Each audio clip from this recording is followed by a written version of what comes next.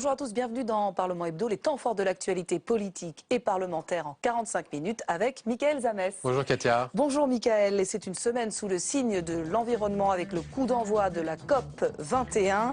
Les grandes semondes ont retrouvé François Hollande au Bourget, près de Paris, au chevet du climat. La France veut faire de ce rendez-vous une réussite dans la lutte contre le changement climatique, mais pas facile de satisfaire les intérêts de tous. Les critiques de plus en plus vives contre l'état d'urgence. Bernard Cazeneuve défend son dispositif d'exception, annonce la fermeture de 4 mosquées, les défenseurs des libertés individuelles et certains parlementaires dénoncent quelques dérives. Et puis c'était donc les derniers jours de campagne pour les élections régionales. Les candidats ont jeté leur dernière force dans la bataille. Le Front National est en tête des intentions de vote au niveau national au premier tour. Front républicain ou pas contre le FN, les partis se divisent. Notre invité cette semaine pour commenter toute cette actualité, David Racheline, bonjour. Bonjour. Vous êtes sénateur du Front National, maire de Fréjus, sénateur du Var. Vous allez commenter toute cette actualité et on va commencer bien évidemment par l'actualité de l'environnement. L'environnement et lundi, 150 chefs d'État et de gouvernement qui se réunissent à Paris pour le coup d'envoi de la COP.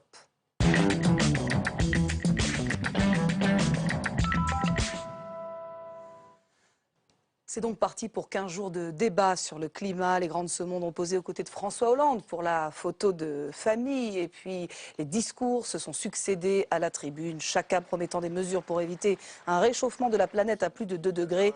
Il faut trouver un accord contraignant, a martelé François Hollande. Écoutez.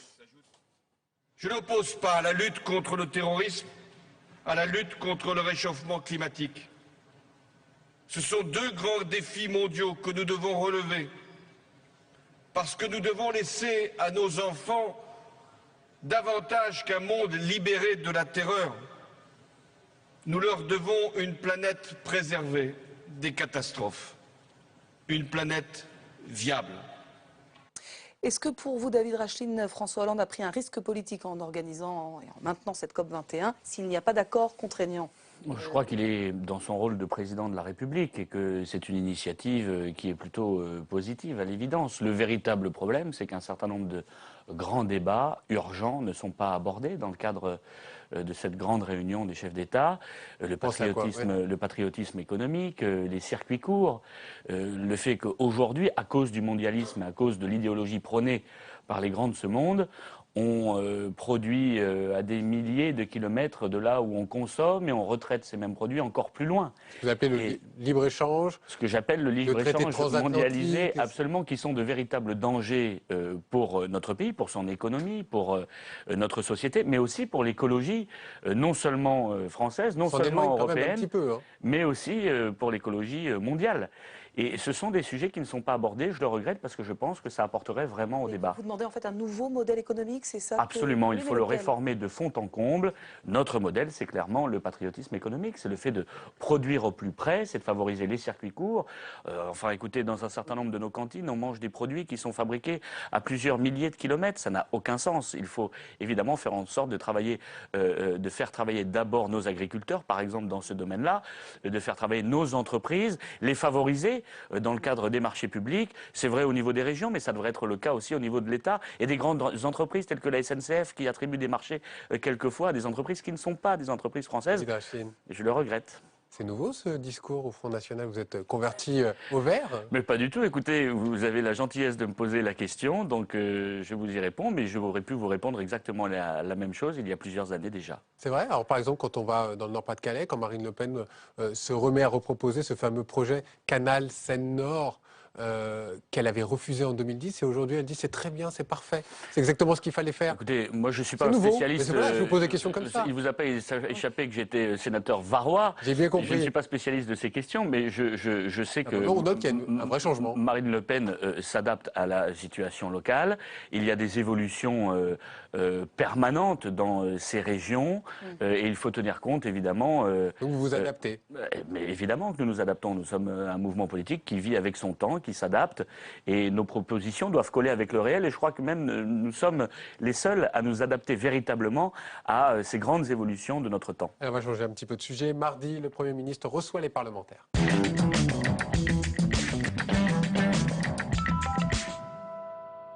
Et au menu de cette réunion qu'il veut hebdomadaire, un point régulier sur l'état d'urgence qui est de plus en plus critiqué, on l'entend très souvent ces derniers temps, le Premier ministre a tenu à rassurer les parlementaires. On voit tout cela avec Jennifer Semet. Le gouvernement s'y était engagé, les parlementaires ont été reçus tout à l'heure pour faire le point. Perquisition, arrestation, modification de la Constitution et surtout état d'urgence, Manuel Valls envisageait ce matin une prolongation au-delà du 26 février. Du côté du groupe socialiste, les sénateurs approuvent. Dans les jours qui viennent, et j'ai affirmé au nom de mon groupe que si, pour les besoins de l'enquête et pour les besoins de la lutte contre le terrorisme, il fallait que l'état d'urgence soit éventuellement prolongé en février, sous réserve de ces précisions, le groupe socialiste et républicain du Sénat soutiendrait le gouvernement dans la prolongation de l'état d'urgence. Pour les Républicains, cet état d'urgence décrété le 13 novembre était nécessaire mais ne doit pas déroger au principe d'un état de droit. La lutte contre le terrorisme, c'est la priorité absolue. Mais elle n'autorise pas toutes les méthodes. Il faut donc que, même dans le cadre de l'état d'urgence, le droit soit respecté sous le contrôle du juge, que ce soit le Conseil d'État ou le juge judiciaire. Le Sénat sera en première ligne. Une mission de suivi de l'état d'urgence pilotée par l'ancien garde des Sceaux Michel Mercier va débuter ses travaux le 9 décembre. Elle auditionnera notamment ce jour-là le procureur de Paris, François Molins. Parmi les mesures prévues par l'état d'urgence, il y a donc l'assignation à résidence. Certains militants écologistes en ont fait les frais, ce qui a provoqué la colère de Noël Mamère. Bernard Cazeneuve, du coup, a défendu son arsenal devant la représentation nationale. Écoutez. Je ne peux pas accepter que les forces de sécurité aujourd'hui puissent prendre en charge dans l'espace public des casseurs. Je ne l'accepterai jamais et tous ceux qui l'acceptent sur ces bancs, dont M. Mamère qui s'agite, sont dans l'irresponsabilité totale et je tiens à le dire très clairement ici. Pour ce qui concerne les militants écologistes, il n'y en a eu aucun d'assigné. Ceux qui ont été assignés, ce sont des individus violents. Qu'il continue à jouer les hypocrites, qu'il continue son discours schizophrène, mais moi je n'ai pas à répondre à ce monsieur. Alors avant d'évoquer la réunion de Matignon, qu'est-ce que vous évoque cet échange entre Bernard Cazeneuve et Noël Mamère? Est-ce que Bernard Cazeneuve a eu raison de répondre ce qu'il a répondu? Écoutez, le gouvernement a fait le choix, comme il l'avait fait après les événements du mois de janvier, de montrer ses muscles et d'essayer de nous faire croire à une prise de conscience véritable de la situation. Tant mieux si un certain nombre de mesures sont prises, c'est éminemment positif. Le problème, c'est qu'il faudrait qu'on passe de la parole aux actes. Parce que la réalité dans ce pays, c'est qu'il y a à peu près 80 mosquées salafistes, on le sait, et rien ne se passe pour le moment. On attend toujours les actes de ce gouvernement qui... C'est vrai, communique beaucoup, fait beaucoup de déclarations tonitruantes. Et il reçoit les parlementaires, à l'exception des parlementaires du Front National d'ailleurs, à l'exception des parlementaires du Front National, pas que je sache, mais ça n'est pas une surprise pour nous. Nous savons que le gouvernement a la démocratie à deux vitesses. Mais c'était les groupes qui étaient reçus, les représentants de groupes. C'est ça, oui, c'est ça. Bon, avec la proportionnelle que nous rétablirons, le problème sera réglé. Mais toujours est-il que voilà, on attend maintenant des actes, parce qu'encore une fois, la communication c'est bien, mais la parole c'est bien, mais les actes c'est mieux. Je vous le dis, on les attend toujours pour le moment. Est-ce que vous souhaiteriez que l'état d'urgence soit prolongé? Mais probablement ce sera nécessaire, sans doute. Mais si on vous entend bien, c'est nécessaire, mais pas forcément. Mais ça n'est pas tellement le problème. Le problème, c'est le problème de fond. Et le problème de fond, c'est de se poser la question des frontières et de la sortie de l'espace Schengen. Le problème, c'est de se poser la question générale de l'immigration, la question générale du laxisme pénal que nous subissons depuis des années, qui fait que quand on est condamné à moins d'1 an de prison, aujourd'hui, on ne les fait pas réellement. Etc. Ce sont toutes ces problématiques-là qui aujourd'hui ne sont pas abordées et qui mettent en danger les Français. Et c'est ça qui est très inquiétant, c'est que les Français aujourd'hui ne sont plus en sécurité, y compris avec les mesures, malheureusement, de ce gouvernement qui ne sont pas suffisantes. Donc pour vous, l'état d'urgence, c'est pas suffisant, même si on l'instaurait jusqu'à 6 mois? Mais c'est positif, mais ça n'est pas suffisant, car il faut aussi, je vous le dis, renvoyer chez eux les imams qui prêchent la haine, contre les valeurs de la République, contre la France. Toutes ces mosquées salafistes prises en main par les extrémistes. Il y a une action du gouvernement sur ce point. Il y a, je crois, 4 mosquées qui ont été fermées, 4 ou 5. Il y en a 80 qui sont répertoriées. Qu'est-ce qu'on attend pour mettre dehors ou pour déchoir de leur nationalité les fichiers S dont on sait qu'ils ont de la sympathie pour l'islamisme radical? Ça change. Les déchoir de la nationalité, ça changerait quelque chose. Et puis les expulser ensuite dans leur pays parce qu'ils pas n'ont que pas symbolique. à rester sur notre territoire. Ça n'est pas que symbolique. Quand vous expulsez des gens qui sont des terroristes potentiels, alors vous sécurisez quand même un peu le territoire. Or aujourd'hui, ça n'est pas fait. Comment se fait-il qu'ils aient supprimé des dizaines de milliers de postes dans la police, dans la gendarmerie, baissé les moyens des services de renseignement, aussi bien d'ailleurs sous le gouvernement de Nicolas Sarkozy que sous François Hollande. On nous dit aujourd'hui qu'il va y avoir quelques centaines de postes supplémentaires créés. Moi, j'appelle à ce qu'on revienne aux effectifs antérieurs à la prise de pouvoir par Nicolas Sarkozy, c'est-à-dire au moins 13 000 postes de plus. Et donc, ça voudrait dire qu'il faudrait aller bien au-delà des budgets alloués aujourd'hui. Oui, absolument, absolument. Mais vous inquiétez pas, on peut faire bien des économies. Avec les déficits, ailleurs. Ah oui, alors ça, on peut faire bien des économies par ailleurs. Ouais. Et je crois qu'il y a des priorités absolues quand il s'agit de sécurité des Français. Ils attendent, les Français, qu'on assure leur sécurité. C'est le rôle de l'État. Il faut qu'il l'assume pleinement. Au risque de laisser filer le déficit. Mais je vous le dis, je pense que ça n'est pas une question qui doit être prioritaire. On ne négocie pas avec la sécurité des Français. Et croyez-moi, par ailleurs, il y a beaucoup d'économies à faire. Et justement, sur le programme économique, il y a eu pas mal de réactions cette semaine autour du programme économique du Front National. La presse régionale, les milieux culturels, les syndicats sont montés au front contre le Front National, et notamment Pierre Gattaz. C'est le patron des patrons. On voit cela avec Aurélien Romano. À quelques jours du premier tour des régionales, Pierre Gattaz met le feu aux poudres dans une interview dans la presse et enfonce le clou devant les journalistes. Mon problème, c'est pas le Front National.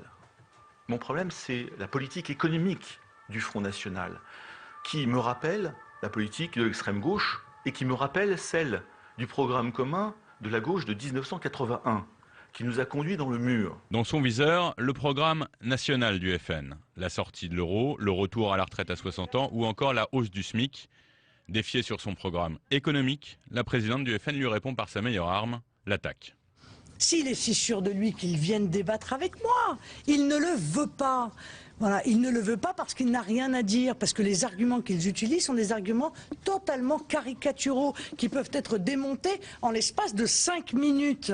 Ils se fondent d'ailleurs sur des travaux qui sont faits par l'UMP, soi-disant des fondations, mais en réalité c'est l'UMP qui est derrière, ou par le Parti Socialiste. Bah c'est bien, UMP, PS, MEDEF, même combat, parfait. Un amalgame entre les Républicains et le MEDEF que son président tente de contourner. La retraite à 60 ans, l'augmentation du SMIC, etc., sans faire attention à la baisse des charges, à la compétitivité, à l'attractivité, ça aura un impact sur l'entreprise et la compétitivité de l'entreprise. C'est tout ce dont qui me gêne aujourd'hui. Je m'exprimerai sur le programme politique, je m'exprime sur un programme économique. Pas de politique, mais cette attaque du MEDEF fait suite à celle de certains journaux locaux du Nord qui se sont positionnés contre une possible victoire au régional de Marine Le Pen. Bon, alors là, c'est très clair, c'est tous contre vous. C'est le retour de la victimisation du Front National. L'habitude. Ils essayent de préserver les places et les postes qui sont les leurs et qu'ils craignent de perdre à l'occasion de ces élections régionales. Quoi, ça veut dire que si vous arrivez au pouvoir, vous les renvoyez? Mais non, on ne les renvoie pas, mais c'est les Français qui vont les renvoyer. Pourquoi? Parce qu'ils ont échoué. Parce que la politique qu'ils mènent depuis des décennies désormais est catastrophique. On entend des leçons d'économie de la part de M. Gattaz et de la part des responsables du Parti Socialiste. Il n'y a jamais eu autant de chômeurs dans notre pays qu'aujourd'hui, au moment où on parle.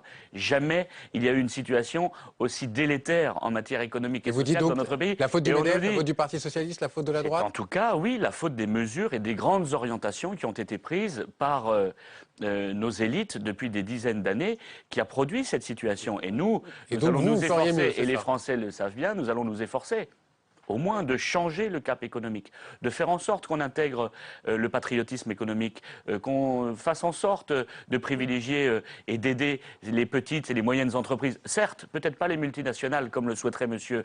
Gattaz, mais au moins les petites et les moyennes entreprises qui créent de l'emploi dans notre pays et qui sont absolument écrasées de charges aujourd'hui. C'est ces gens-là que nous souhaitons aider. Ils le savent bien d'ailleurs. Mais vous acceptez d'entendre certaines critiques, y compris évidemment de la part de... Voilà, non mais tout le monde a tort, sauf vous, non.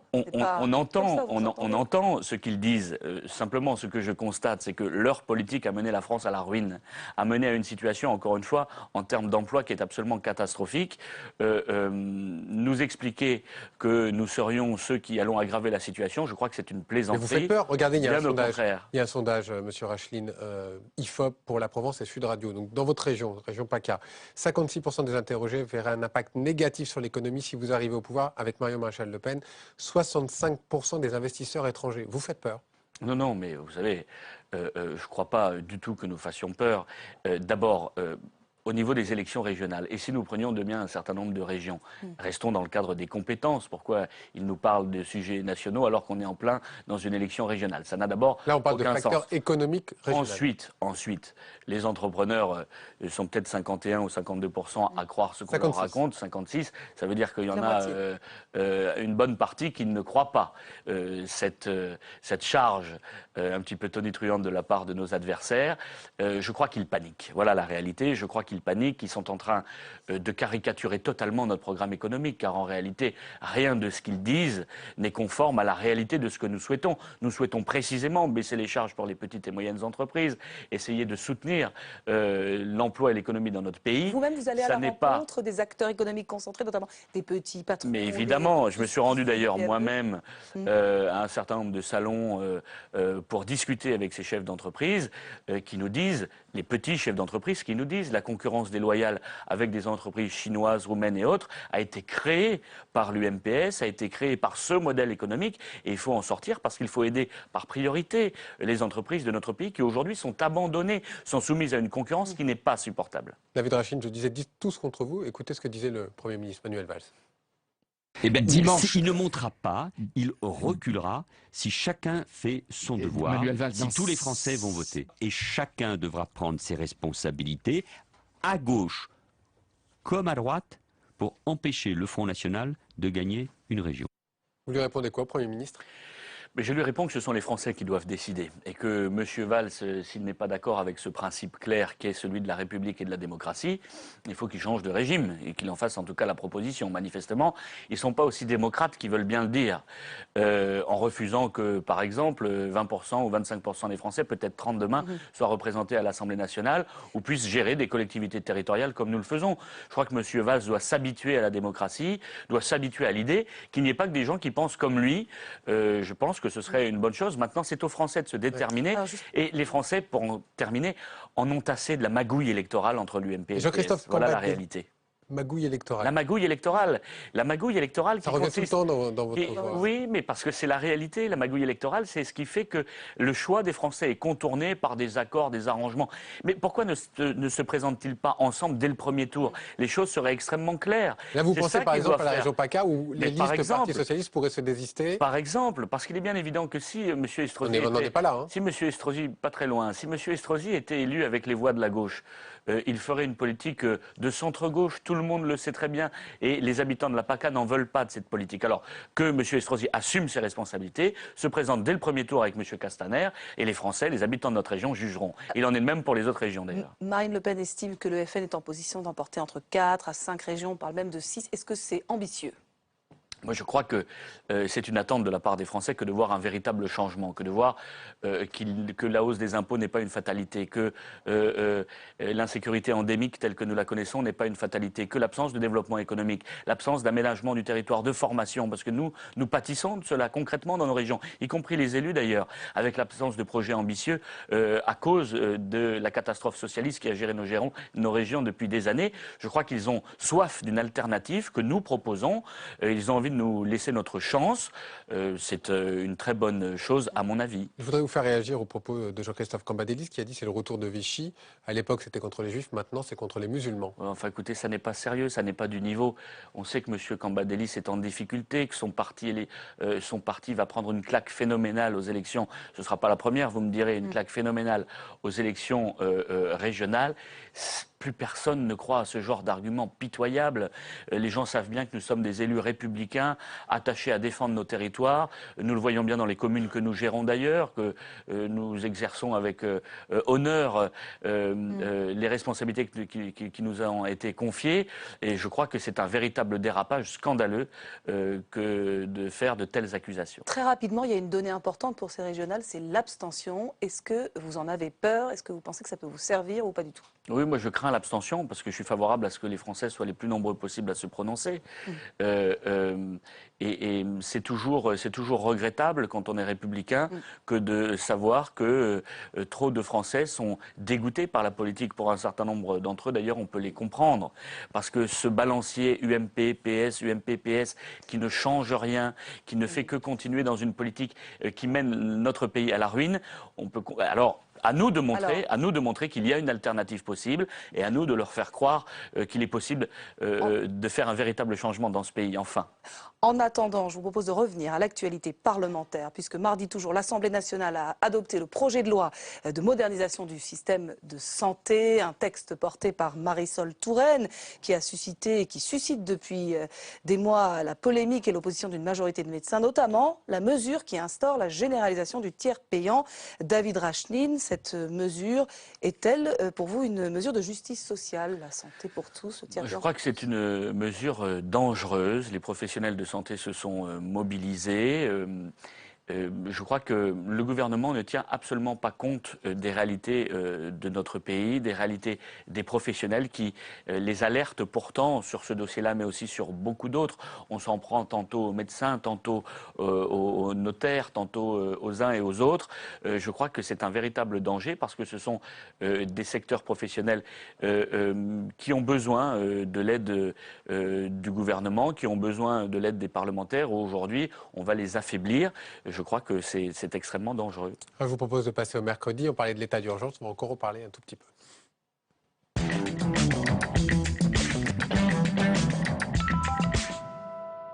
L'état d'urgence est sous surveillance au Parlement. Le Sénat, comme l'Assemblée nationale, vont le surveiller de très près. Les deux commissions des lois ont annoncé qu'elles allaient mettre en place ce qu'on appelle une veille parlementaire. Les détails avec Thibault Le Floch.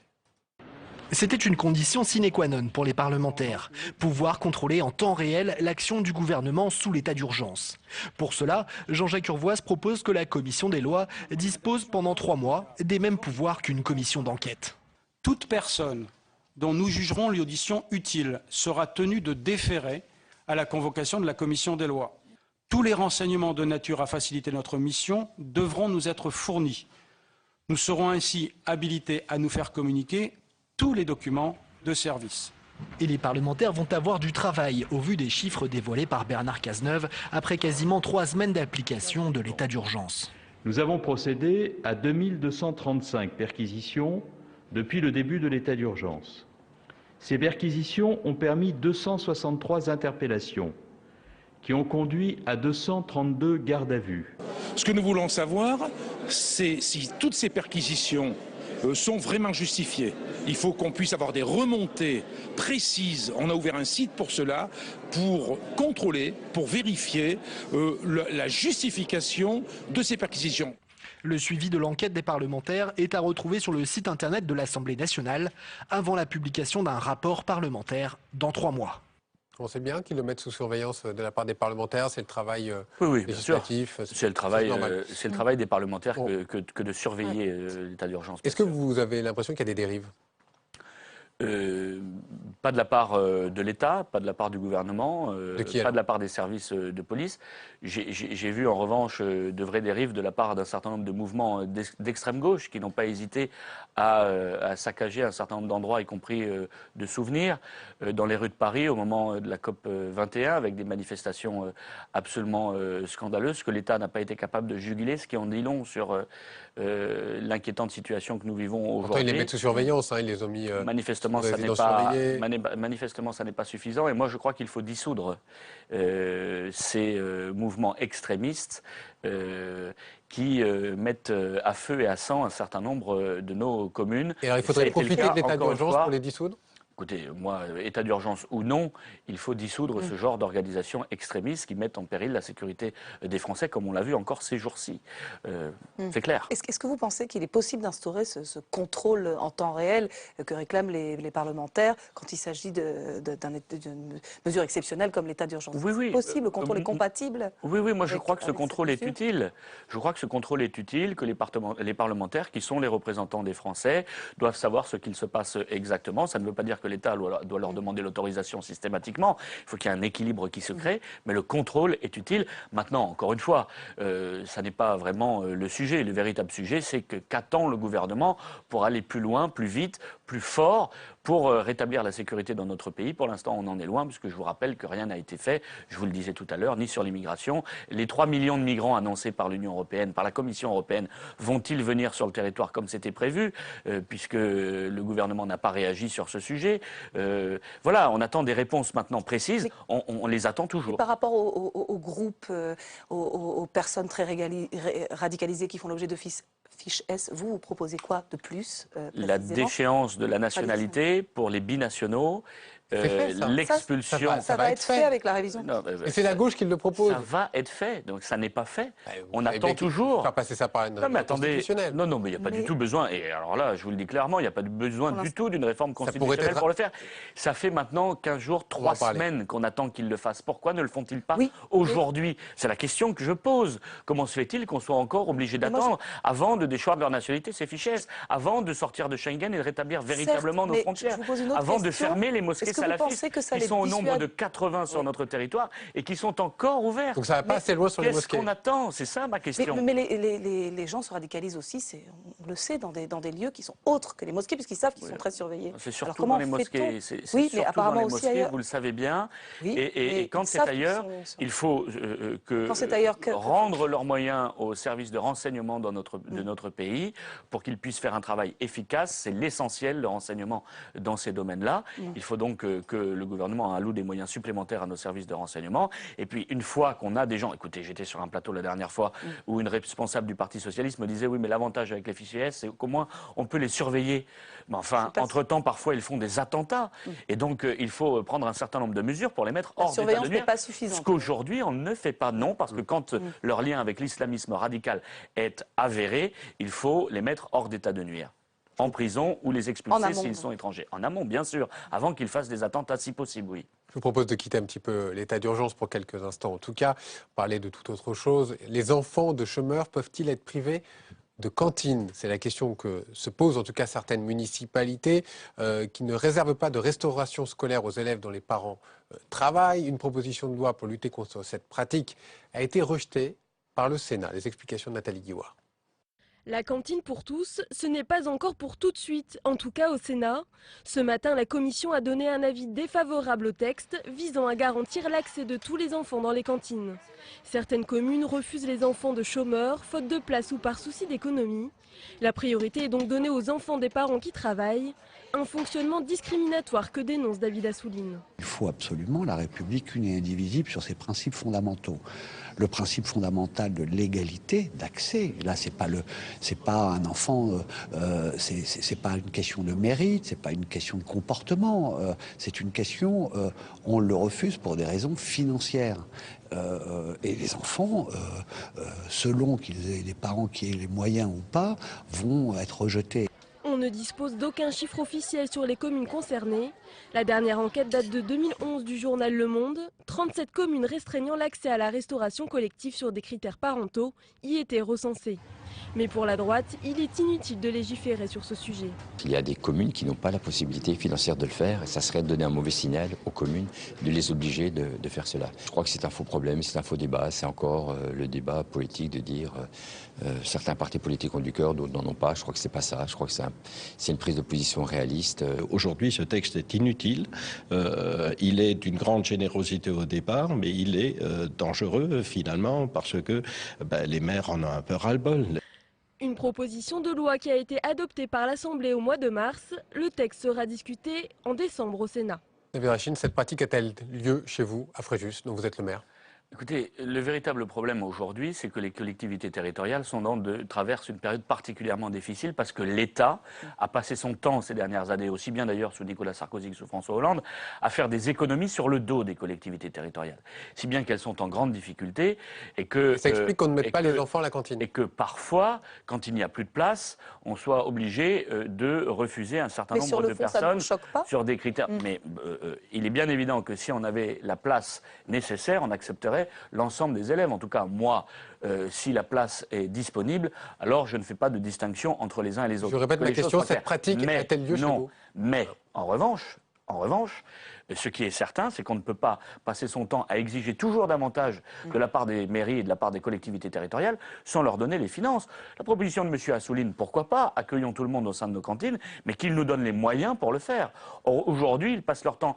La ville de Fréjus, c'est 1,5 million de dotations en moins chaque année. Est-ce que vous vous rendez compte de la difficulté économique et financière, budgétaire dans laquelle nous sommes aujourd'hui, avec les rythmes scolaires qui ont coûté 400 000 €? Pour une commune de 50 000 habitants, ça fait déjà 2 millions d'euros de la seule responsabilité de l'État.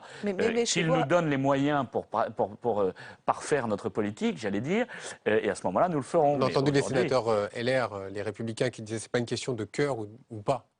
Mais non, c'est d'argent. C'est une question budgétaire. Évidemment, si l'ensemble des municipalités pouvaient accueillir l'ensemble des élèves, on serait les premiers ravis. Mais chez vous, c'est le cas. Moi, je crois qu'il n'y a pas de problématique avec cela dans ma ville. En tout cas, aujourd'hui, je crois qu'on accueille tous ceux qui le souhaitent. En revanche, je comprends qu'il y ait des petites communes dans lesquelles il n'y ait pas de salle suffisamment grande ou de possibilités budgétaires d'en accueillir davantage, alors que l'État aide ces collectivités. Et à ce moment-là, on en reparlera. Aujourd'hui, ça n'est pas le cas. Il faut arrêter d'en demander toujours davantage aux collectivités. Alors, on revient aux questions parlementaires, puisque jeudi, il est question de révision de la Constitution.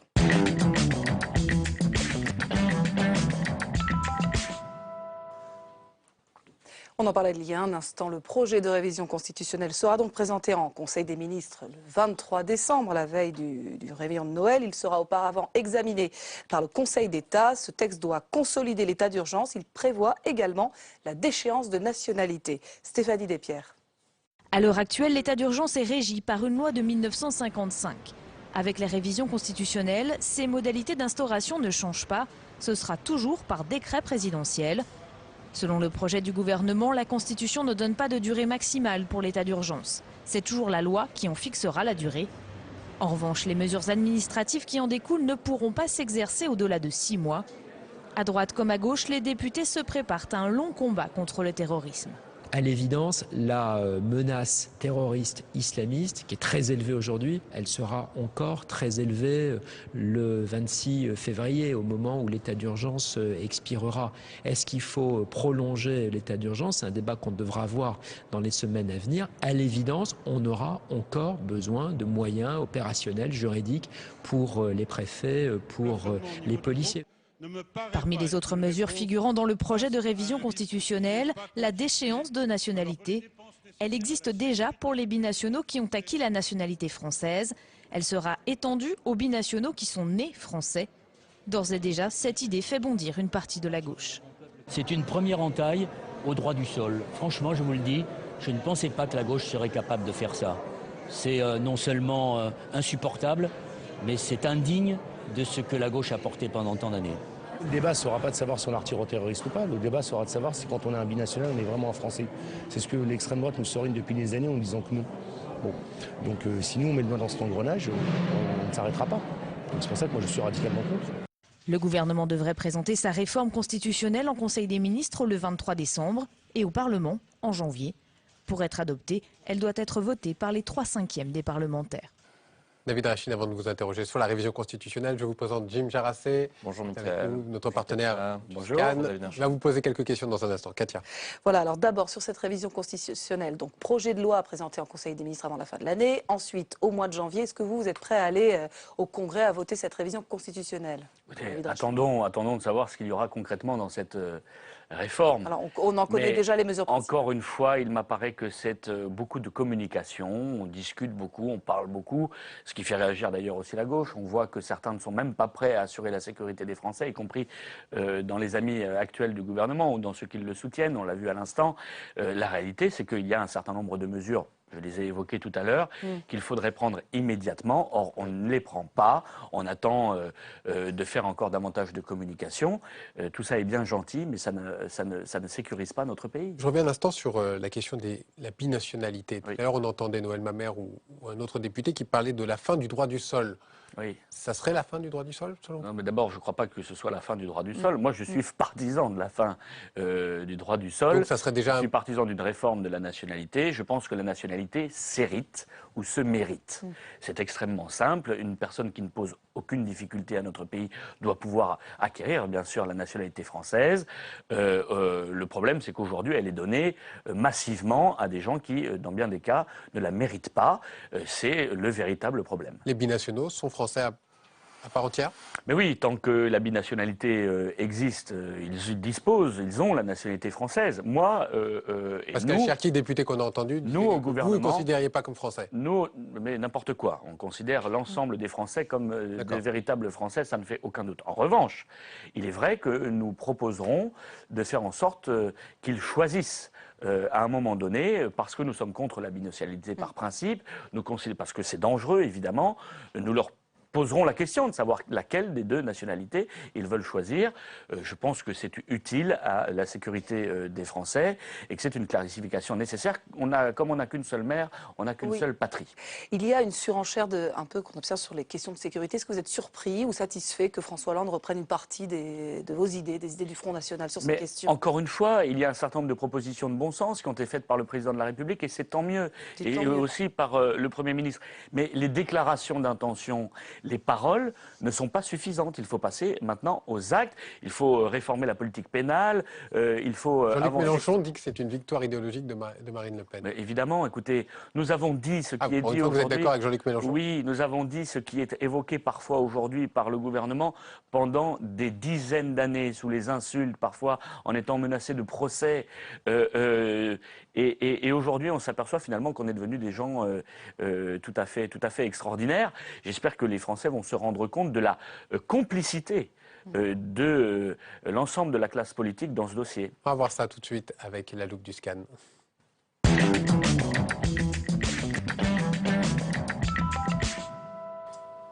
Jim, c'est à vous. David Rachine, on va reparler un peu des élections régionales. Mardi soir, vous étiez à Toulon pour assister au meeting de Marion Maréchal Le Pen, qui est candidate Front National dans la région PACA. Alors, vous parliez il y a quelques secondes de ce qu'est être français. Justement, elle a voulu énumérer un peu les critères que doivent, selon elle, respecter les musulmans pour être considérés à ses yeux comme français. Par exemple, je cite, se plier aux mœurs et aux modes de vie que l'influence grecque, romaine et 16 siècles de chrétienté ont façonné. Elle a aussi critiqué ceux qui vivent en djellaba. Quel rapport avec les compétences du Conseil régional, David Racheline? Ouais, on a parfaitement le droit, dans le cadre d'un meeting politique, de parler de ce dont on a envie. Tout à l'heure, vous disiez, restons dans le cadre des compétences. Y compris de ce qui intéresse les Français. Marc-Étienne Lansade, quelques minutes avant, qui est notre tête de liste dans le Var, parlait des compétences régionales, de l'économie, du développement économique. Et Marion a fait une analyse plus générale. Vous savez pourquoi? Parce que les Français attendent des solutions suite à ce qui s'est passé dans notre pays. Et je crois que nous en apportons, qu'elle en apporte, elle aussi, un certain nombre. Donc, alors, ces propos, ils n'ont quand même pas plu à tout le monde au sein du Front National. On a entendu Valrand de Saint-Just, notamment, qui est candidat Front National en Ile-de-France. Il a dit « Ces propos sont inutiles. Moi, j'essaye d'embrasser tous les êtres humains qui habitent sur le sol de la région que je voudrais diriger. » Ça vous inspire un commentaire? Ça m'inspire pas de commentaires particuliers, si ce n'est que chacun est libre de porter le message qu'il souhaite. Nous ne sommes pas dans une secte au Front National. Il n'y a pas de ligne divergente au sein du Front politique National ouvert. Ce que je peux vous dire, en tout cas, c'est qu'au Front National, on considère l'ensemble des Français comme des Français à part entière. Mais c'est pas parce qu'on a dit ça comme préalable qu'il faut éviter le débat sur l'avancée des communautarismes et le recul de notre République dans un certain nombre de cas. L'avancée de revendications politico-religieuses qui essayent de transgresser parfois la loi de la République. On doit se poser ces questions, on doit lutter pour davantage d'assimilation, on doit rappeler quelle est l'identité de notre pays, cette identité nationale qui doit être partagée, en effet, Marion Maréchal Le Pen a raison là-dessus, par l'ensemble de nos compatriotes et respectée à minima par l'ensemble de nos compatriotes. Il y a des points de vue différents au sein de votre parti sur cette question. Mais non. Également sur la question du planning familial, Marion Maréchal Le Pen a annoncé qu'elle supprimerait les subventions au planning parce que, je cite, ça apporte une approche banalisée de l'avortement. Marine Le Pen, elle n'est pas du tout d'accord, elle dit « J'estime avoir des choses beaucoup plus importantes à faire » et elle ne prévoit donc pas de supprimer les allocs.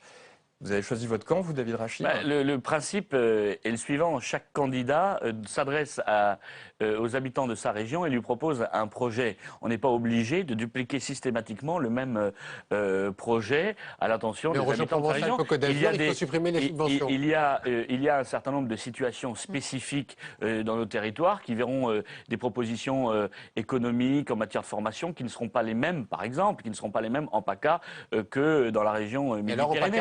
Par conséquent, chaque candidat est libre de faire les propositions qu'il souhaite. Je ne crois pas, à titre personnel, que ce soit en effet la priorité absolue, mais chacun est libre et chaque position de chaque candidat doit être respectée.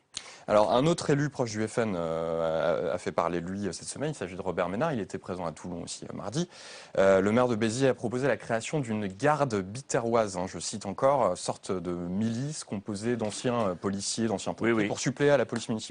Le préfet vous feriez la même chose, vous, à Fréjus? Vous savez, il y a des règles. Vous savez, on est dans un état de droit. Donc, si le préfet, si l'État lui donne l'autorisation pour le faire, qu'il le fasse. La préfecture s'est prononcée contre le projet. C'est ce que j'allais vous dire. Le préfet, il se trouve que le préfet lui a écrit pour lui dire qu'il n'était pas d'accord avec cela. Donc, il n'y aura pas de garde biterroise. Il y a un état de droit. La République est une et indivisible. La loi est respectée. Le préfet a dit quelle était la position de l'État. Les choses sont claires. Il n'y aura pas plus que cette garde. Maintenant, n'évitons pas le débat. Qu'est-ce qu'il a voulu faire, Robert Ménard? C'est alerter les Français sur la problématique de la sécurité dans nos communes. Parce qu'à force de nous supprimer des dotations telles qu'ils le font, 1,5 million, je vous l'ai dit tout à l'heure, dans ma commune, eh bien, on fait des investissements, on fait moins d'investissements qu'avant, on ne peut plus avoir des effectifs suffisants en termes de police municipale, on manque de moyens, et on ne fera pas appel au privé, on essaiera d'augmenter les moyens, en tout cas dans nos villes, de la police municipale, mais ça n'est pas évident parce qu'on manque de soutien financier et l'État là-dessus porte une grave responsabilité. Jim, 1 minute. Dernière question, on ne l'avait pas vu depuis longtemps. Jean-Marie Le Pen a fait son retour médiatique cette semaine dans une interview. Il a appelé à voter pour tous les candidats Front National, y compris Florian Philippot, qui était quand même son ennemi juré des derniers mois. C'est quoi? C'est la hache de guerre est enterrée entre Jean-Marie Le Pen et le Front? Ou alors est-ce que c'est un appel un peu nécessaire du père fondateur? Vous savez, dans les mouvements politiques, il peut y avoir des difficultés à surmonter. Marine Le Pen avait dit un certain nombre de désaccords avec Jean-Marie Le Pen. Elle a osé le faire avec la plus grande clarté, parce qu'on devait la clarté aux Français. Maintenant, Jean-Marie Le Pen est un homme responsable et il sait bien que c'est pour le Front National qu'il faut, derrière le Front National qu'il faut être pour redresser ce pays. Il n'est pas le seul d'ailleurs, parce qu'avec lui, manifestement, il y a 30% des Français qui partagent cette analyse. Ça ouvre la porte à un nouveau rapprochement entre Jean-Marie Le Pen et le parti. Je ne sais pas, je ne crois pas. En tout cas, juste une circonstance électorale qui fait conclure. Ce qui est certain, c'est que ceux qui veulent redresser ces régions, ceux qui veulent porter une politique alternative aux responsabilités, ceux qui veulent sortir des errances de la droite et de la gauche au pouvoir depuis des dizaines d'années, doivent voter pour le Front National à ces élections régionales. Je pense que c'est clair. Merci, ce sera le mot de la fin de David Rachlin. Merci d'avoir été l'invité de Parlement. Merci à vous de votre invitation. Et nous se retrouvons la semaine prochaine. N'oubliez pas de suivre la soirée électorale sur les chaînes parlementaires, 19h30 dimanche. Bonne soirée.